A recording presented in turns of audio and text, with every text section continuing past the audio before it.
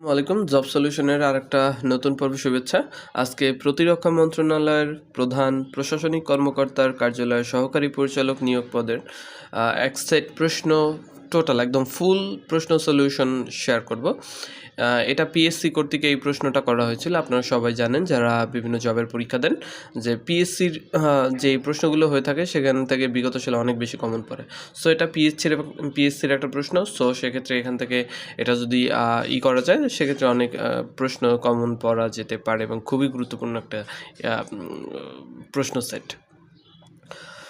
So দেরি না করে শুরু করি। এটা আমি আরও একবার বলে দিচ্ছি, এটা হচ্ছে প্রতিরক্ষা মন্ত্রণালয়ের প্রধান প্রশাসনিক কর্মকর্তার কার্যালয়ের সহকারী পরিচালক পদের যে পরীক্ষাটা সেটা হয়েছিল। তাহলে দেখি আমরা। নাম্বার একে বলা হয়েছে বাংলা সাহিত্যের চলিত রীতির প্রবর্তককে। সঠিক উত্তর হলো প্রমোদ চৌধুরী। বাংলা সাহিত্যের চলিত রীতির প্রবর্তককে প্রমোদ চৌধুরী। বাংলা সাহিত্যের চলিত রীতির প্রবর্তক প্রমোদ চৌধুরী। তিনি 1914 সালে সবুজপত্র পত্রিকা প্রকাশের মাধ্যমে চলিত ভাষার রীতি সূচনা করেন। শিল্পসম্মত বিরাম চিহ্ন ব্যবহার সহ গদ্যের জনক হল ঈশ্বরচন্দ্র বিদ্যাসাগর। তার মানে এই অপশনের দুইটা গুরুত্বপূর্ণ তথ্য ছিল। প্রমোদ চৌধুরী যিনি সবুজপত্র পত্রিকা 1914 সালে যেটা সূচিত হয়, যার মাধ্যমে চলিত রীতি প্রকাশ করা হয়, চলিত রীতির সূচনা হয়, এবং ঈশ্বরচন্দ্র বিদ্যাসাগর যিনি হলেন বিরাম চিহ্নের জনক। তারপরে বলা হচ্ছে বাংলা ভাষা। প্রশ্ন নম্বর 2, বাংলা ভাষা ও সাহিত্যের প্রাচীন নিদর্শন কোনটা? সঠিক উত্তর হলো চর্যাপদ। চর্যাপদ যেটা হরপ্রসাদ শাস্ত্রী 1907 সালে নেপালের রাজদরবার থেকে আবিষ্কার করেন এবং যেটা 1916 সালে বঙ্গীয় সাহিত্য পরিষদ থেকে গ্রন্থ আকারে প্রকাশিত হয়। তাহলে বাংলা ভাষা ও সাহিত্যের প্রাচীন নিদর্শন হলো চর্যাপদ। বাংলা সাহিত্যের চলিত রীতির প্রবর্তক হলেন প্রমোদ চৌধুরী। পাশাপাশি 3 নম্বর প্রশ্ন, ক্রিয়ার কাল ও পুরুষ কোন তত্ত্বের আলোচ্য বিষয়?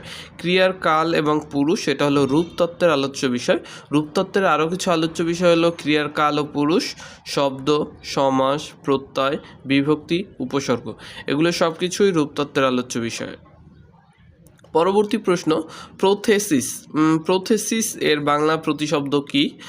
প্রোথেসিস এর বাংলা প্রতিশব্দ মানে পূর্বে মানে কি শুরু মানে কি আদিতে, তার মানে আদি স্বরাগম। প্রোথেসিস এর বাংলা প্রতিশব্দ হলো আদি স্বরাগম। পরবর্তী প্রশ্ন, মার্তণ্ড শব্দটির সমর্থক শব্দ কোনটা? মার্তণ্ড শব্দটির সমর্থক শব্দ হচ্ছে সূর্য।